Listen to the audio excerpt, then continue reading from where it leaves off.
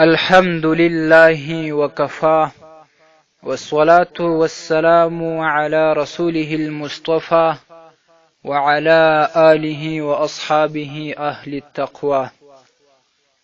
قدرمندو معززو یو ورور پوښتنه کړې ده چې په داسې کمره او داسې خونه کې لمونځ کول صحیح دي او کنه چې په هغې کې د انسان تصویر وي. قدرمنده ستاسو په جواب کې به ووایم چې په کومه خونه کې یو د ذی روح والا تصویر لګېدلی وي، هغه که د انسانانو وي او که د حیوانانو وي، نو لمونځ په هغه ځای کې مکروه تحریمي دی. او د دغه ټولو څخه زیات کراهت والا لمونځ هغه یو دی چې تصویر د لمونځ کوونکي و مخ طرف ته چې د قبلې او د مخ طرف راځي دې ته لګېدلی وي.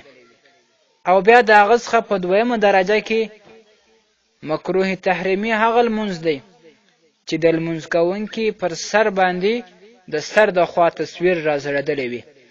او په دریمه درجه کې هغه لمونځ مکروه تحریمي دی چې هغه تصویر د لمونځ کوونکي راسته طرف ته او یا چپه طرف ته وي. او د دغه ټولو څخه په څلورمه درجه کې د کم کراهت والا لمونځ هغه یو دی چې هغه تصویر د لمونځ کوونکي د شاوه طرف ته راغلی وي.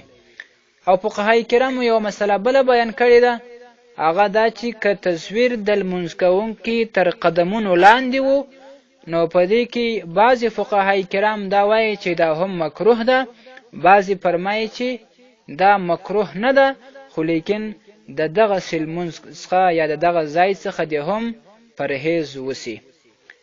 دوری مختار و حاشیة ابن عابدین رد المحتار، هغه د عرخي په جلد اول صفحه 648 کې فرمایي: وكره أن يكون فوق رأسه أو بين يديه أو بحذائه يمنة أو يسرة أو محل سجوده تمثال. فباب كده ما يفسد الصلاة وما يكره فيها. والسلام عليكم ورحمة الله وبركاته. لطفاً د معارف الاسلام د یوټیوب چینل په دې ډول سبسکرایب کړئ.